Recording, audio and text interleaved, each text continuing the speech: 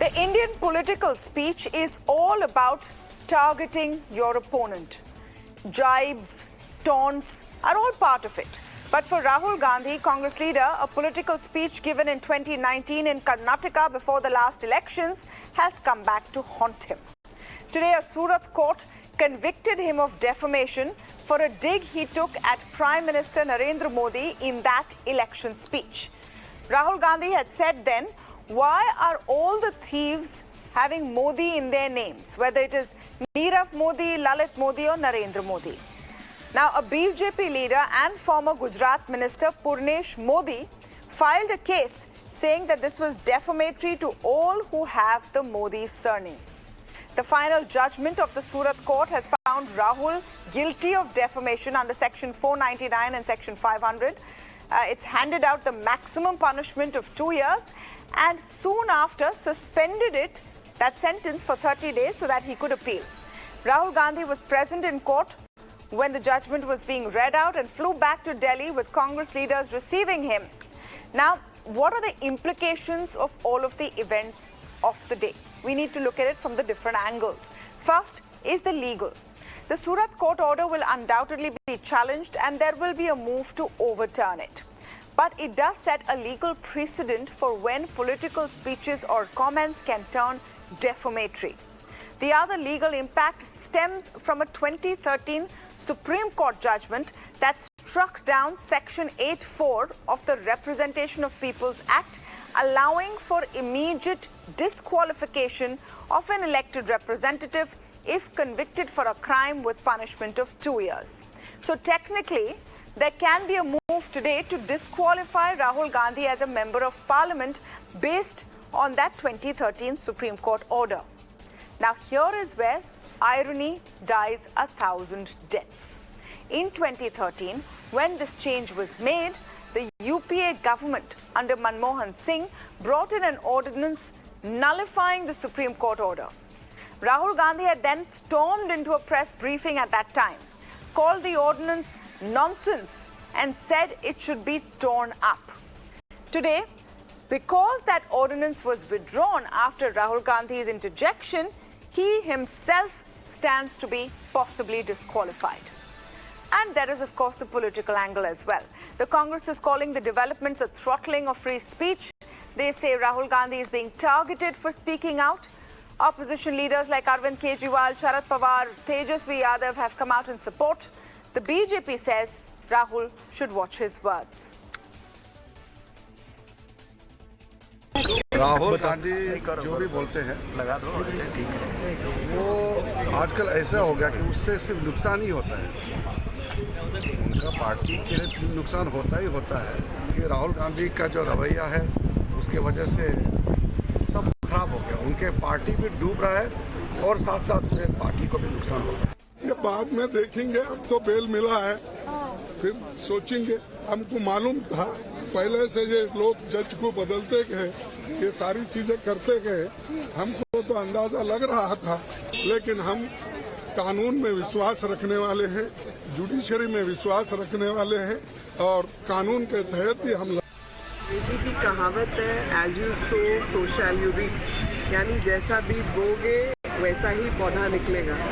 तो अब जो बीज बोने वाली बात है, तो मैं आप सबको याद दिलाना चाहती हूँ कि उस समय के जो प्रधानमंत्री थे मनमोहन सिंह जी और शरद यादव जी वगैरह, इन्होंने मिलकर ये कानून में अमेंडमेंट लाए थे कि 2 साल नहीं बल्कि 5 साल की अगर सज़ा हो तब पार्लियामेंट से जो मेंबरशिप है वो सस्पेंड होनी चाहिए, तब जानी चाहिए।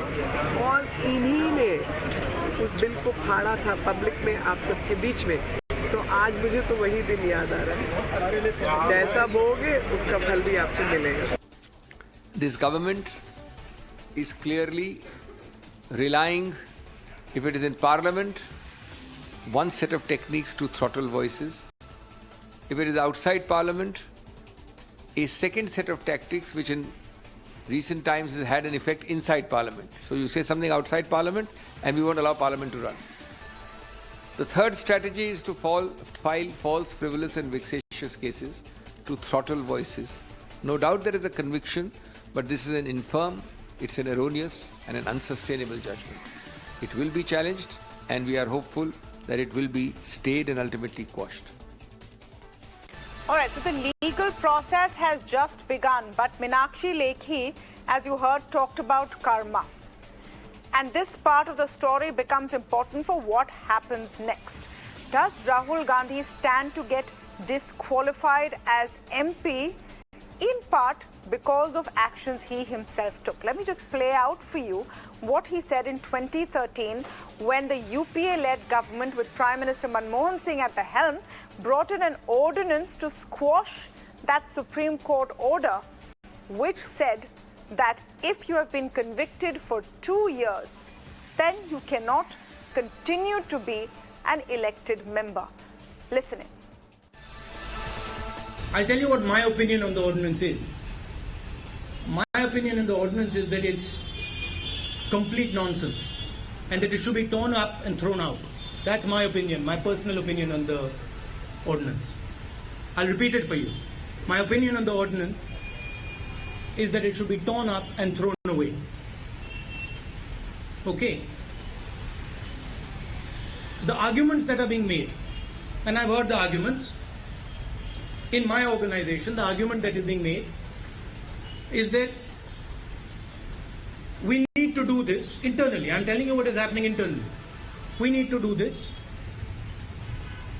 because of political considerations. Everybody does this. The Congress Party does this, the BJP does this, the Janata Dal does this, the Samajwadi does this, everybody does this. And there's a time to stop this nonsense. And I really feel that it's about time that political parties, mine and all others, stop making these type of compromises. Because if we want to actually fight corruption in this country, whether it's us, the Congress Party or the BJP, we cannot continue making these small compromises, because when we make these small compromises, that we compromise everything. So that's my position on the ordinance. Thank you. All right, so that was 10 years ago. And after that, a lot happened in Indian politics. As they say, the rest was history. Rahul Gandhi then was, part of the ruling government at the helm of things. And he said we cannot make these small compromises. Today, 10 years later, he faces probable disqualification. But there are a lot of angles to the story, and we're going to start with the legal angle by speaking with Mr. Mahesh Jethmalani. He's senior advocate and Rajya Sabha MP. Mr. Jethmalani, thank you for speaking with us this evening on Beyond the Headline as we unpack this big story. Now, a Surat court handing down a 2-year sentence and convicting Rahul Gandhi for something he said in a political speech. Do you think this is excessive or is it fair? Look, I haven't read the judgment. I don't know on what grounds the sentence has been passed, but it's a sentence that's permissible by law. That's all I can say. So if it's permissible by law, how can you say it's excessive? And whether it's excessive or not, there's a right of appeal, and the appellate court will decide whether it's excessive or not. No, that's true. But today, the Congress is saying this is nothing short of political vendetta, an attempt to throttle the voice of free speech. How would you respond to that? No, I think it's a case of political stupidity to make that statement. I don't think it's a case of political vendetta. I mean, you make a statement, and politicians have no immunity from statements made during the course of the election. They've got to be careful. They have a responsibility. What do you mean? They have license to abuse people and defame people just because they're in the heat and dust of an election campaign. Since when did that become the law? Are you trying to make an exception for Rahul Gandhi? That during elections he can say and get away with anything he wants? He should be condoned. That's absurd. No, so now, as a consequence of this, he may be disqualified as Wayanad MP because of the 2013 Supreme Court order. And, we showed how it's a bit ironical that he's the one who tore up that ordinance which would have today protected him. How do you think this impacts Rahul Gandhi's future as a politician and the Congress Party? I don't think it hampers anything. I mean, what political career are we talking about? It's a defamation case. Rahul said that he's innocent. He makes statements like this every now and then. So how, and he has to go to court and get it set aside or the conviction suspended, and his disqualification will abate, at least for the time being, till that appeal is finally disposed of. There are remedies in law. So, I mean, you must think about this beforehand. This is the law which is on the statute books. If you fall foul of it and you're convicted, right, you can't then groan and moan about it, about your political future. You have to be responsible about your political future. It's in your own destiny whether your political future gets a setback or not. And who knows? I mean, Rahul Gandhi may come out stronger from this. God knows. Who knows? The other point is precedent, Mr. Jethmalani. Now, politicians don't really sing praises of their opponents during speeches. There are often jibes, harsh words said. The Congress today will say that BJP has said so many terrible things about us. Do you think we're going to see a slew of litigation now, tit for tat? After this, every political speech could be followed by a defamation case. But let it be done now. Yeah, I mean, there may be some tit for tat. There may be some retaliation. But that doesn't mean that so long as the law is on the statute books, right, there is a law of criminal defamation, right? People are entitled to invoke it. People have tried to get rid of the law through the Supreme Court, but it hasn't happened. So long as it's there, everybody can invoke it, whether it's tit for tat or not tit for tat. Lots of criminal defamation cases are continuing to be prosecuted. Now, if Congress wants to do it out of revenge, then they can do it out of revenge. It's up to them. You are, of course, an eminent jurist, which is why, apart from all of the politics, Mr. Jethmalani, I want to ask you, do you think the provision of criminal defamation as it exists in its current form needs a relook? Now, first of all, you're indulging in flattery by calling me an eminent criminal lawyer. So I will answer that question. Yes, I actually do.